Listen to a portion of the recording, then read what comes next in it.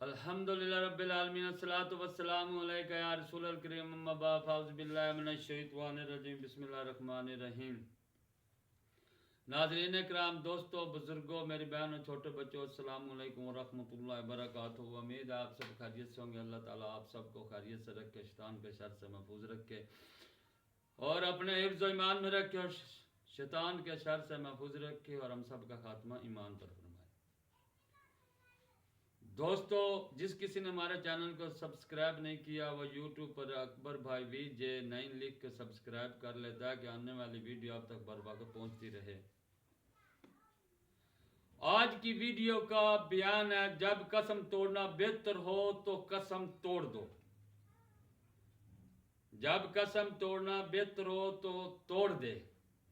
صحیح بخاری نزہۃ القاری جلد نمبر 5 حدیث نمبر 2809 صفحہ نمبر 518 پر اور حدیث نمبر 2810 دو حدیثیں بیان ہوں گی۔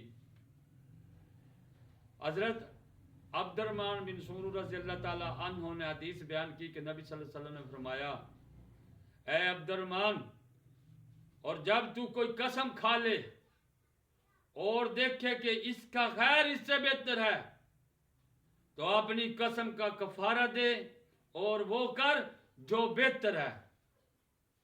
یعنی کہ جب تو کسی کام پہ قسم کھا لے اور اس کا دوسرا طرف غیر بہتر ہے تو اپنی قسم توڑ دے، وہ کر جو بہتر ہے اور اپنی قسم کا کفارہ دے۔ حدیث نمبر 2810 حضرت ابو ہریرہ رضی اللہ تعالی عنہ نے حدیث بیان کی کہ نبی صلی اللہ علیہ وسلم نے فرمایا، ہم سب میں پچھلے ہیں اور قیامت والے دن سب سے آگے والے ہوں گے۔ یعنی کہ دنیا میں سب سے پیچھے آئے ہیں اور حشر والے قیامت والے دن جنت میں سب سے پہلے جائیں گے، سب سے آگے والے ہوں گے۔ آپ صلی اللہ علیہ وسلم نے فرمایا کہ جو شخص اپنے اہل کے بارے میں قسم کھا لے اور اس کا غیر، اس کا مخالف بہتر ہو، اگر وہ اپنی قسم کو نہ توڑے تو اللہ کے نزدیک یہ بڑا گناہ ہے۔ یعنی کہ ایک شخص اپنے اہل یعنی اہل کے بارے میں قسم کھا لیتا کہ میں یہ نہیں کروں گا یا یہ کروں گا، اگر اس کا غیر بہتر ہے تو نبی صلی اللہ علیہ وسلم نے فرمایا، اگر اس شخص نے قسم نہ توڑی تو اللہ کے نزدیک وہ بڑا گناہگار ہوگا۔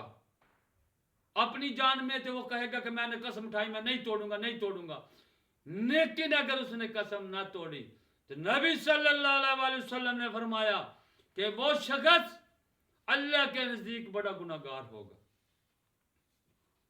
اب حاصل یہ نکلا کہ کسی بات پر اگر قسم کھا لے اور اس کی سمجھ میں آئے کہ اس کا متبادل غیر اچھا ہے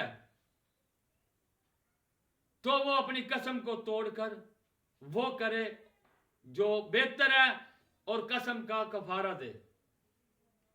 اب قسم 3 قسم کی ہے، 2 پہ کفارہ نہیں لگتا، 1 پہ کفارہ لگتا ہے۔ 1 پہ گناہ ملتا ہے، 1 پہ گناہ بھی نہیں ہے۔ اب سن لیں، ایک قسم ہے لغو، ایک قسم ہے غموس، ایک منعقد۔ جو غموس ہے اسے جان بوجھ کر کہتے ہیں۔ مثلا کسی نے پوچھا کہ زید آ گیا، حالانکہ اس کو پتہ بھی ہے زید آ گیا، وہ قسم کھاتا کہ زید نہیں آیا، حالانکہ آ گیا، وہ جان بوجھ کر قسم کھا رہا ہے۔ اسے کہتے ہیں غموس، یعنی کہ جان بوجھ کر۔ اس پر بڑا سخت گناہ ہے لیکن کفارہ نہیں۔ دوسری قسم ہے لغو، یعنی کہ ایک شخص سے پوچھا کہ زید آ گیا ہے، اس نے کہا زید نہیں آیا، حالانکہ اس کی جان میں نہیں آیا، حالانکہ زید آ گیا ہے، لیکن وہ سچ بول رہا ہے کہ زید نہیں آیا. اس نے قسم اٹھا لی کہ زید نہیں آیا. وہ اپنے دل سچے دل سے کہہ رہا، حالانکہ زید آ گیا. اسے بعد میں پتہ چلا زید آ گیا.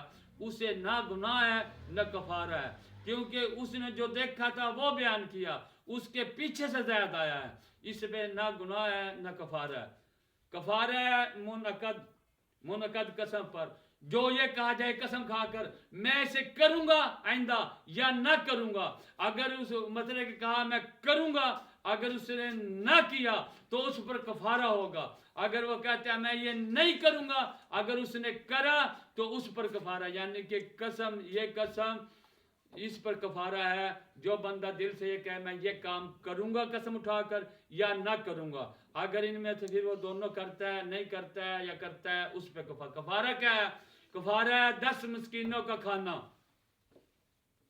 یا 10 مسکینوں کو کپڑے پہنانا، یا 1 آزاد غلام کرانا.